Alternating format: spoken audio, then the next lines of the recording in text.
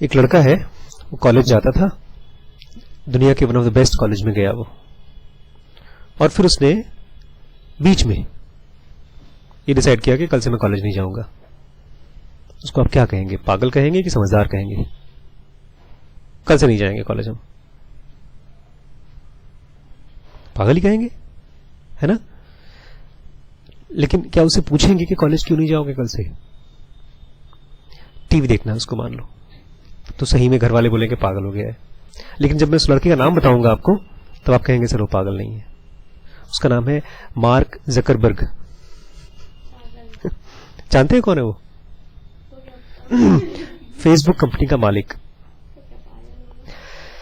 उसको कुछ ऐसी चीज दिखाई दी जो बाकी बच्चों को नहीं दिखाई दी, जो बाकी बच्चों के पास थी।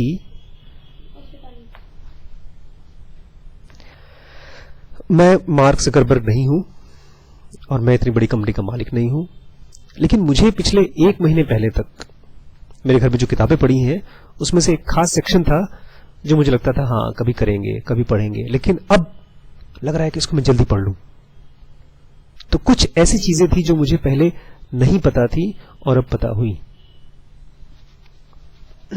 और फिर मुझे कुछ डिसाइड नहीं करना पड़ा कि अब आज से रोज पढ़ूंगा। अब ऐसा हो गया जैसे ढेर सारा मिठाई पड़ा है फ्रिज में, अब मुझे रोज एक एक करके खाना है और कोई और ना खा ले। अब कोई मेरी किताब ले जाना चाहता है तो पहले देखता हूं कि यार मैं इसको अवेलेबल है कि नहीं वाली बुक।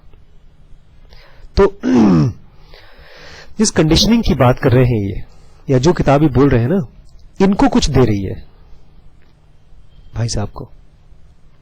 जब वही चीज हमको मिलना शुरू हो जाएगी तब हमको कुछ करना नहीं पड़ेगा, चीजें हमारे साथ होना शुरू हो जाएगी। कृष्णमूर्ति को नोन से बड़ी दिक्कत थी। नोन मतलब जो भी चीज हम जानते हैं, लेकिन क्यों दिक्कत होनी चाहिए? जो हम जानते हैं उससे बड़ा फायदा है हमारा। पासवर्ड जानते हैं, जब आप आपके ईमेल का पासवर्ड जानते हैं तभी तो खोल पाते हैं। अकाउंट नंबर जानते हैं बैंक का तभी तो खोल पाते हैं। ये उसकी बात नहीं है, ये दूसरा कोई नोन चीज है जो हम लोगों को बहुत नुकसान करता है और हम उसको अपने आप से दूर नहीं कर पा रहे हैं। और वो क्या है? कुछ ऐसे मेमोरीज, कुछ ऐसी याददाश्त जो हमको लगता है कि हमारी है। आज एक लड़के से मेरी बात हो रही थी, नहीं जब मैं आ रहा था तभी वो लड़का बेचारा कुछ कंडीशनिंग में फंसा हुआ है। कंडीशनिंग पता है क्या होता है?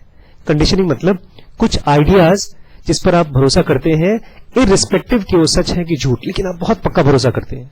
जैसे स्कूल के ज्यादातर स्कूल के टीचर्स और प्रिंसिपल इस बात पर भरोसा करते हैं कि जिस बच्चे को 90% मिला या जो बच्चे ने टॉप किया वो जिंदगी भर बहुत अच्छा करियर में करेगा और लाइफ में बहुत अच्छा करेगा। ये सच है कि झूठ? आपको भी लगता होगा सर इसमें क्या झूठ, 90%। लेकिन आपने ये देखा है कभी कि ये केवल एक थॉट है?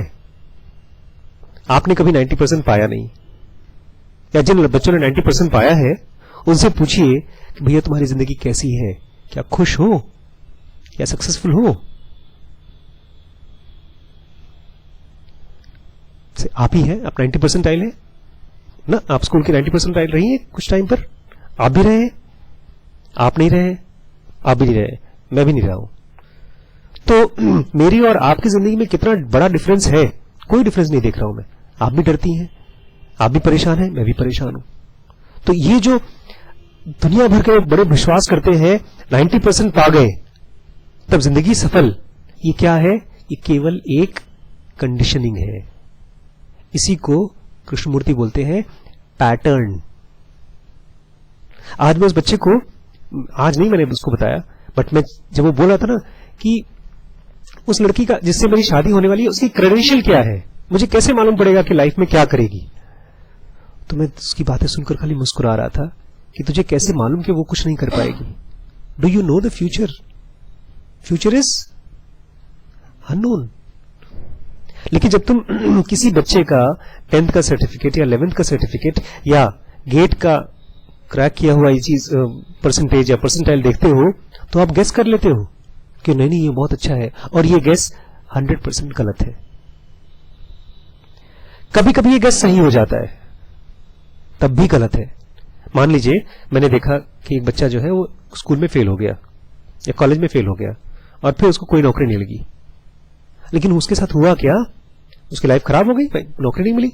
यहां पर अनुपम नर्सिंग होम है, उनके डॉक्टर साहब के दोस्त हैं, तो वो भी तैयारी कर रहे थे, डॉक्टर आरसी पांडे के फ्रेंड, दोनों मेडिकल की तैयारी कर रहे थे। तो आरसी पांडे का सिलेक्शन हो गया, उसका नहीं हुआ।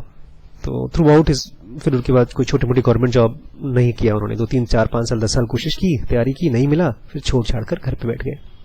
मेरे ताऊजी भी ऐसी हैं, उन्होंने एमबीए वगैरह सॉरी एमए किया, उसके बाद कोई बड़ी नौकरी चाहते थे, नहीं मिली तो कुछ किया ही नहीं, आज तक वो बिना नौकरी के बैठे हैं। तो उस आदमी के लिए फेल होना एक श्राप हो गया, उसके लिए कंडीशनिंग सच हो गई। लेकिन कंडीशनिंग क्यों सच हो गई? क्योंकि उसने कंडीशनिंग को मान लिया। Real life is unpredictable, but ज्यादातर लोग प्रेडिक्टेबल है क्योंकि वो अपनी कंडीशनिंग के साथ ही जीते हैं। ये ऐसा ही है कि आपको किसी रस्सी से बांध दिया गया हो और आप ये कहें कि हम क्या कर सकते हैं, रस्सी से हम बंधे हैं, कुछ नहीं कर सकते। अगर आपको रस्सी से बंधा हुआ है तो आपको मालूम करना पड़ेगा कि क्या ये रस्सी कट सकती है।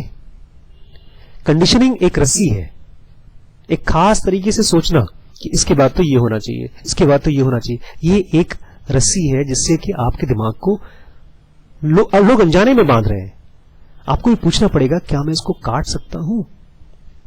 आज राम जी मुझसे बोलते हैं भैया बड़ी मुश्किल से एक कार बुक हुई है, उनकी शादी के लिए टैक्सी कार बुक करना है ना, उनको शादी में जाएगी, 2800 रुपए लगे। मैं उनको नहीं बोल पाया कुछ, क्यों बुक कर रहे हो, क्या जरूरत है। विजय जी जानते हैं, विजय हमारे भी कृष्णमूर्ति को पढ़ते हैं, पता है विजय जी दिल्ली में रहते हैं, मॉडल टाउन में बड़ा सा मकान है, और अभी कृष्णमूर्ति सेंटर बनाया उन्होंने एक उत्तरांचल में, बहुत सुंदर सा पहाड़ों में बनाया है। पहले जेएनयू में प्रोफेसर थे, बाद में छोड़ छाड़ कर अब फ्रीलांस ट्रांसलेटर हैं, इंग्लिश को जर्मन रशियन ये सब भाषाओं में ट्रांसलेट करते हैं कुछ कुछ, और कृष्णमूर्ति की बुक्स को भी ट्रांसलेशन करते हैं। He is one of the trustees also KFI का। उनकी शादी पता है कैसे हुई है, बोलते हैं मुझे अच्छी लगी, अब जर्मन लेडी है किटी आंटी, तो गए, बोलते हैं हमने शादी की। उनके जब ससुर उनसे पूछ रहे थे, क्योंकि जैसे हमारे यहाँ है ना हिंदू मुस्लिम की शादियां बहुत खराब माना जाता है, या एक हिंदू और एक एससी एसटी की शादी हो जाए तो बड़ा खराब माना जाता है, ये तरह की कंडीशनिंग है। तो ऐसे ही इंडियंस जर्मन इनकी शादी भी बड़ी खराब मानी जाती है। जर्मन अपने आप को बड़े एरिस्टोक्रेट और बहुत हाई फाई मानते हैं, और ये इंडियन डेवलपिंग कंट्री के, थर्ड वर्ल्ड कंट्री के, तो उनके होने वाले ससुर जी ने उनसे पूछा कि आप क्या दे सकते हैं मेरी बेटी को। तो विजय जी बोलते हैं कि मैं खाली ये दे सकता हूं कि जब घर में 2 रोटी होगी खाने के लिए तो पहली रोटी उसको दे दूंगा, दूसरी रोटी मैं खाऊंगा, बस इतना ही बता सकता हूं मैं। तो मुझे अच्छा लगा। फिर बोलते हैं हमारी वहां जो भी शादी उन्होंने कराई, फिर हम यहां पर आए, एक पंडित जी को बुला लिया घर पे, एक कथा हुई, 500 600 1000 रुपए जो भी खर्चा हुआ होगा, कथा हुई, हमारी शादी हो गई। ऐसे नहीं सत्यनारायण की कथा होती है हो गई शादी। फिर 2-4 फ्रेंड्स जो हमारे आसपास के जान पहचान के हैं वो आए, बोलते यार हम तो, तुमने पार्टी नहीं दी, हमने खाना बनाया घर पे, हम सबने बैठकर खाना खा लिया, 5000 में शादी हो गई। लेकिन क्यों हो गई? बिकॉज वो बंदा अपनी दिमाग की कंडीशनिंग को समझ करके उसको तोड़ा भी नहीं उसने। जादू यही है, जब आपको कंडीशनिंग दिख जाती है ना, गई, और जब तक नहीं दिखती आप तोड़ते रहते हैं तब भी नहीं टूटती। हाँ सर आप कह रहे हैं 90% खराब है, लेकिन एक बार मुझे मिल तो जाए तब तो मैं बताऊं कि खराब है कि नहीं। आप तो बड़ी अच्छी नौकरी कर रहे हो, लाखों रुपए महीना कमा रहे हो, और हमको बोल रहे हो कि नौकरी ना करें। तो कंडीशनिंग का जादू ये है, एक बार दिखा तो गया। इसीलिए कृष्णमूर्ति बार बार क्या बोलते हैं, देखना सीखो, देखना सीखो, देखना सीखो। तेरी गठरी में लागा चोर, मुसाफिर जाग जरा। गाना सुना है आपने, तेरी गठरी में लगा चोर, मुसाफिर जाग जरा। एक आदमी चोर है बेचारा, चोरी करके ले जा रहा है और उसमें गठरी में लगा नहीं, एक आदमी अपने सामान लेके जा रहा है, उसके पीछे गठरी में चोर उसका सामान पीछे पीछे चोरी कर रहा है। वो चोर कौन है? कंडीशनिंग। आपकी जिंदगी को अगर सुकून से जीने के लिए सारे पेड़ पौधे जीव जंतु सब आराम से सुबह से उठते हैं, कुटर कुटर कुटर कुटर कुटर कुटर करते हैं, आराम से खुश रहते हैं बड़े। मैं देखता हूँ यहाँ पर बगल में 4-5 चिड़ियां आती हैं और रोज सुबह सुबह अच्छी सी प्यार से प्यार बोलती हैं, और हम लोग परेशान रहते हैं सुबह से। और परेशानी क्या है हमारी? एक बड़ा खास वर्ड यूज किया मैंने देखा, कृष्णमूर्ति बहुत बार यूज करते हैं इसको, when the maker of the problem is not there. Maker of the problem is not there in the mind. हमारे माइंड में ना प्रॉब्लम्स को बनाने वाली एक फैक्ट्री रखी हुई है। बोलते हैं जब वो नहीं काम करती तब आप शांत रहते हैं। और वो प्रॉब्लम को बनाने वाली फैक्ट्री क्या है? आगे क्या होगा मेरी लाइफ का, मैं कभी सक्सेसफुल बनूंगा कि नहीं बनूंगा, मुझे लड़की मिलेगी कि नहीं मिलेगी, कहीं ऐसा ना हो जाए मेरा लाइफ खराब हो जाए। इस प्रेजेंट सिचुएशन में कृष्णमूर्ति बोल रहे हैं, और मैंने भी देखा बहुत बार कि लाइफ में एक बहुत खास तरह की ब्यूटी है, सुंदरता है, और वो सुंदरता मैं आपको एक्सप्लेन नहीं कर सकता, सॉरी, क्योंकि सुंदरता वर्ड क्या है? वर्ड है, और सुंदरता क्या है? एक्सपीरियंस है, बहुत गहरा एक्सपीरियंस है। ये चीज बहुत नई चीज मुझे जैसे आप मुझसे पूछे सर आपने कौन सी किताब पढ़ी, मैं बोलूंगा freedom from the known, Krishnamurti की किताब आजकल पढ़ रहे हैं। तो मैंने तो बोल दिया एक फ्रीडम फ्रॉम द नोन, आप भी जाके बोल देंगे अरे आज पता है कौन सा लेक्चर सुना मैंने, फ्रीडम फ्रॉम द नोन। वो क्या है हमको क्या पता, वो किताब है। लेकिन वो word freedom from the known, पता है मेरे लिए ये बुक कैसे साबित हो रही है? एटॉमिक बॉम्ब की तरह दिमाग में एक एक चीज ऐसा लग रहा है जैसे ढेर सारी कंडीशनिंग है और उसको कोई दिया सलाई लेकर चला रहा है एक एक करके। मतलब जैसे कोई आप घर में वो डाल दीजिए, स्प्रे कर दीजिए तो मच्छर अपने आप मरते रहते हैं। ऐसे ही जितने पेजेस बढ़ते जा रहा हूं उतने दिमाग में, और मैं मुस्कुरा रहा हूं क्योंकि ढेर सारे चूहे, ढेर सारे कीड़े मकोड़े सब अपने आप विलुप्त हो रहे हैं, मर भी नहीं रहे, उनका कचरा भी नहीं बच रहा है, वो धीमे धीमे गायब हो रहे हैं, गायब हो रहे हैं। इसलिए मैं कह रहा हूं जब इस बुक को सुने तो खाली सुने और क्या ना करें, कुछ कोशिश न करें कुछ करने की, ठीक है? ठीक है, प्यार से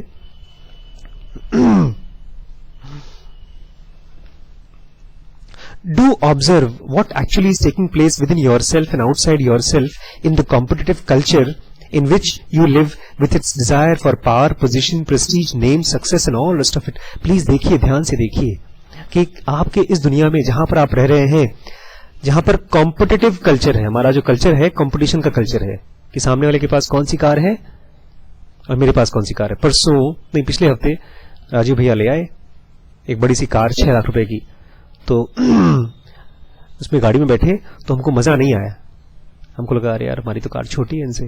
तो ये क्या है, कौन सा कल्चर है? ये दिमाग में बैठा हुआ है, कॉम्पिटिटिव कल्चर। प्लीज देखिए कि आपको क्या करा रही है, जहां पर आप पावर चाहते हैं, पोजीशन चाहते हैं, प्रेस्टीज चाहते हैं, नाम चाहते हैं, सक्सेस चाहते हैं, और ये वो सब तरह की चीजें सब चीज चाहते हैं। Observe the achievements of which you are so proud, जो चीजें आपने खूब गर्व से इकट्ठी की हैं उसको ऑब्जर्व करिए। The whole field you call living in which there is conflict in every form of relationship, breeding hatred, antagonism, brutality and endless wars. क्योंकि जो लड़ाइयां हो रही हैं दुनिया में वो इन्हीं से हो रही है, हमारे अंदर से। जब मुझे लगता है कि यार मेरे पास भी बड़ी गाड़ी होनी चाहिए, इनके पास क्यों है, तो ये असल में एक बहुत बड़ी लड़ाई का हम तैयारी कर रहे हैं। आपको नहीं दिख रहा होगा कि अभी लड़ाई होगी। जैसे अक्सर आपसे और विकल्प से मेरी अक्सर लड़ाई होती है। विकल्प उस दिन आया, बोलता है भैया आपने ये 12 रुपए की किताब 17 रुपए में क्यों बेच रहे हैं आप? ये क्वेश्चन आया जिसमें आपको लगा कि गलत कर रहे हैं आप। एक छोटा सा गुस्सा आया कि नहीं आया?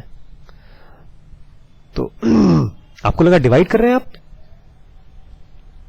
तो ये छोटा सा गुस्सा आया, ये जो गुस्सा है that is going to cause a very big war after few years. If you don't let it stop, अगर आप उसको रोकेंगे नहीं तो। इसी से हेट्रेड बनती है लोगों के बीच में, इसी से एंटागोनिज्म बनता है, मतलब एक दूसरे के खिलाफ हम रिलेशनशिप बनाते हैं। ब्रूटैलिटी, ब्रूटैलिटी जानते हैं? क्रूरता। अरे भाड़ में जाए, मुझे क्या लेना, बुढ़िया औरत है, काम करे, हम तो सैलरी दे ही रहे हैं, मरे तो मरे, हम तो तनख्वाह दे रहे हैं। ये ब्रूटैलिटी है और बहुत चलता है, मतलब आराम से चलता है। This field, this life, this all we know, and being unable to understand the enormous battle of existence, we are naturally afraid of it. ये सब झंझट चलता रहता है लाइफ में, और चूंकि हम सब जानते नहीं क्या करें इसके लिए, तो हम जब नहीं समझते प्रॉब्लम को, तो क्या करते हैं, प्रॉब्लम से डरते रहते हैं। एंड फाइंड, और जब डरते हैं तो क्या करते हैं, we find escape from it, हम उससे भागना चाहते हैं। भाई जो जिस चीज से डरेंगे भागेंगे।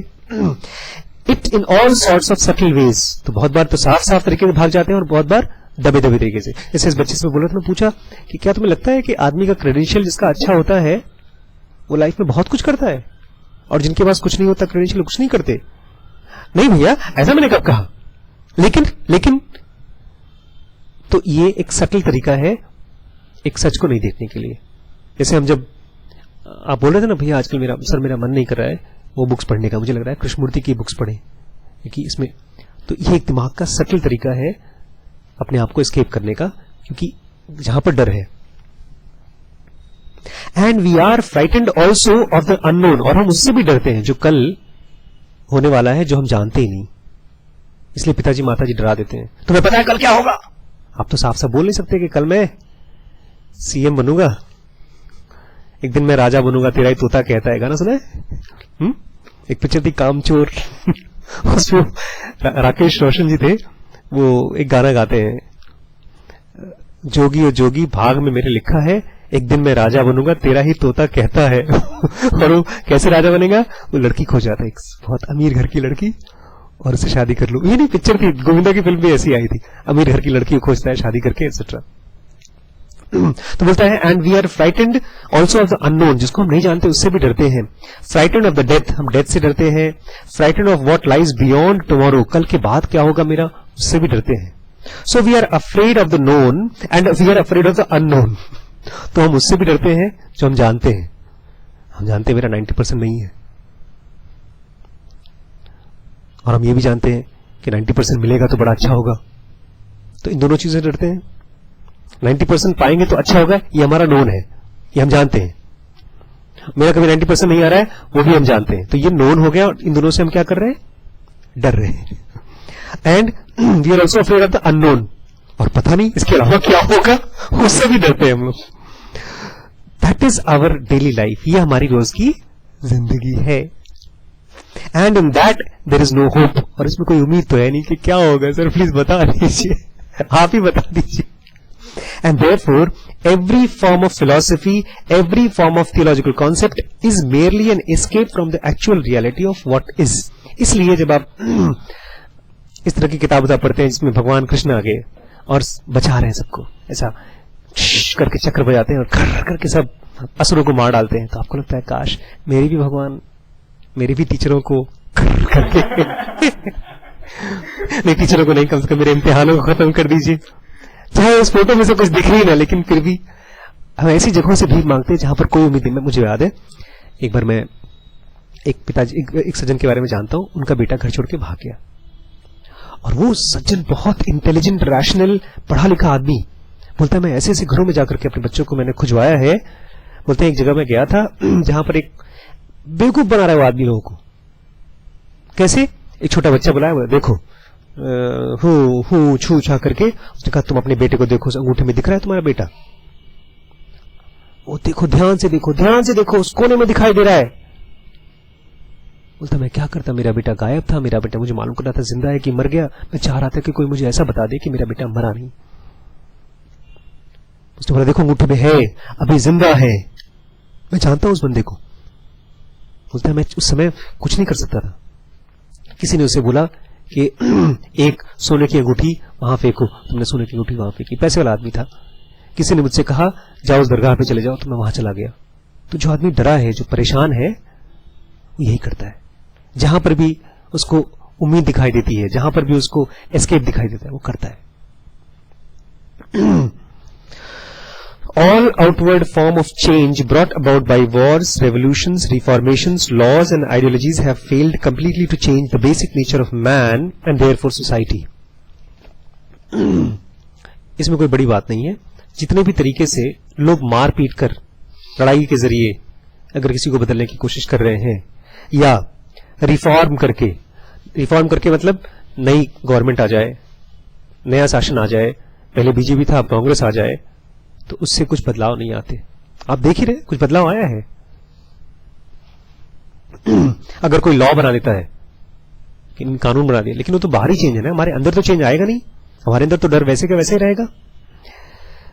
और चूंकि हमारे अंदर बदलाव नहीं आता, इसलिए सोसाइटी में भी बदलाव नहीं आता। मेरे लिए बदलाव का बड़ा एक सिंपल क्राइटेरिया है, क्योंकि मैं स्कूल में बहुत टॉर्चर हुआ हूं, तो मेरे लिए स्कूल खाली ठीक हो जाए और घर खाली ठीक हो जाए। स्कूल में कोई जबरदस्ती बोले ना पढ़ने के लिए, और घर पे कोई जबरदस्ती न करे पढ़ने के लिए, लाइफ आसान है कि नहीं? ये दो चीज हो जाए, लेकिन ये चीज दो चीज नहीं होती है, और ये चीज बुढ़ापे पे चलती रहती है।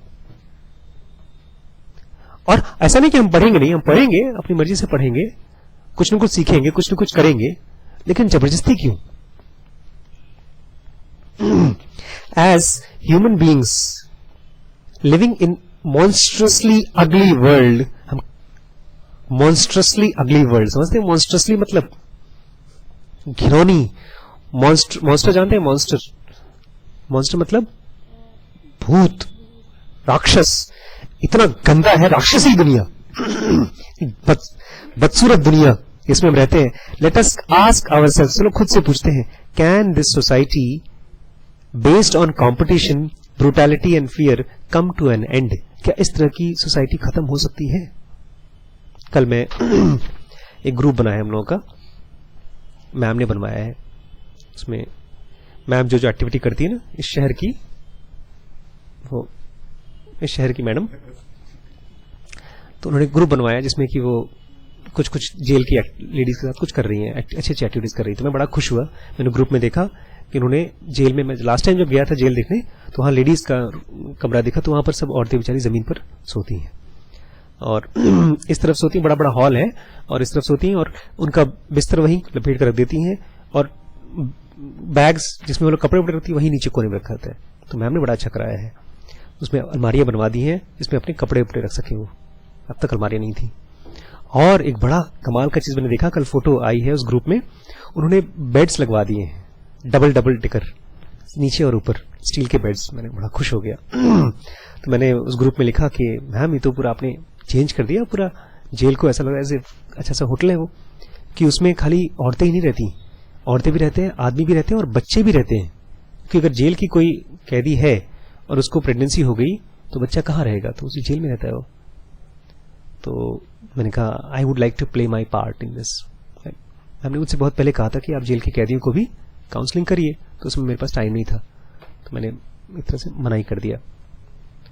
तो ब्रूटली मैम ने बोला, मैंने कहा I would like to play my part, मैं भी अपना योगदान करना चाहूंगा। तो बोलते हैं you didn't, but you didn't. मुझे गुस्सा आई, मैंने कुछ जवाब ही नहीं दिया।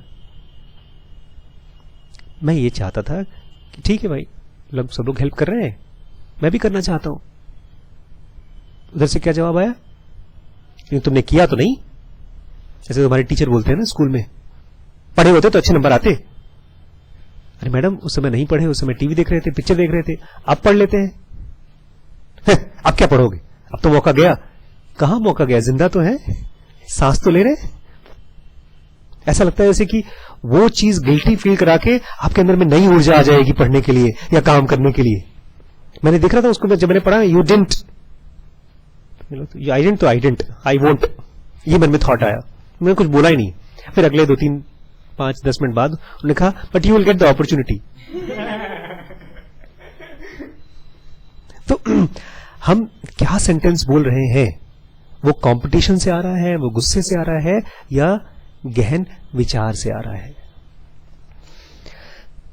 नॉट एन इंटेलेक्चुअल, हाँ, तो क्या ये सब चीजें खत्म हो सकती हैं? Competition, brutality, fear, not as an intellectual conception, not as a hope, but as actual fact, so that the mind made fresh, new and innocent and can bring about different world. और ये मत कहिए कि हाँ कभी आ सकेगा future में, concept मत सोचिए कि ऐसा कभी होना चाहिए। सचमुच में क्या ऐसा हो सकता है कि मेरे अंदर में से कंपटीशन, फियर और ब्रुटैलिटी खत्म हो जाए? और ये मत बोलिएगा प्लीज सर जब खत्म हो जाएगा तो फिर तो मैं ऐसा रहूंगा कि कोई भी आके मुझे मार जाए, तब सब मेरे से आगे बढ़ेंगे, तब तो मैं पीछे रह जाऊंगा जब मैं कंपटीशन नहीं करूंगा। कल बड़ी बढ़िया चीज मैंने सुनी, जग्गी वासुदेव जी का एक वीडियो है, यहां पर आप देखिएगा, बच्चों के बारे में उन्होंने वीडियो बनाया। उसमें शेखर कपूर उनसे पूछते हैं कि कंपटीशन अगर खत्म हो जाएगा तो बच्चे आगे कैसे बढ़ेंगे? तो उन्होंने कहा कंपटीशन मतलब यही ना कि दो लोग, मान लीजिए दो लोग भाग रहे हैं, तो एक ये कहता है कि तुम भाग रहे हो, मैं तुमसे तेज भागूं।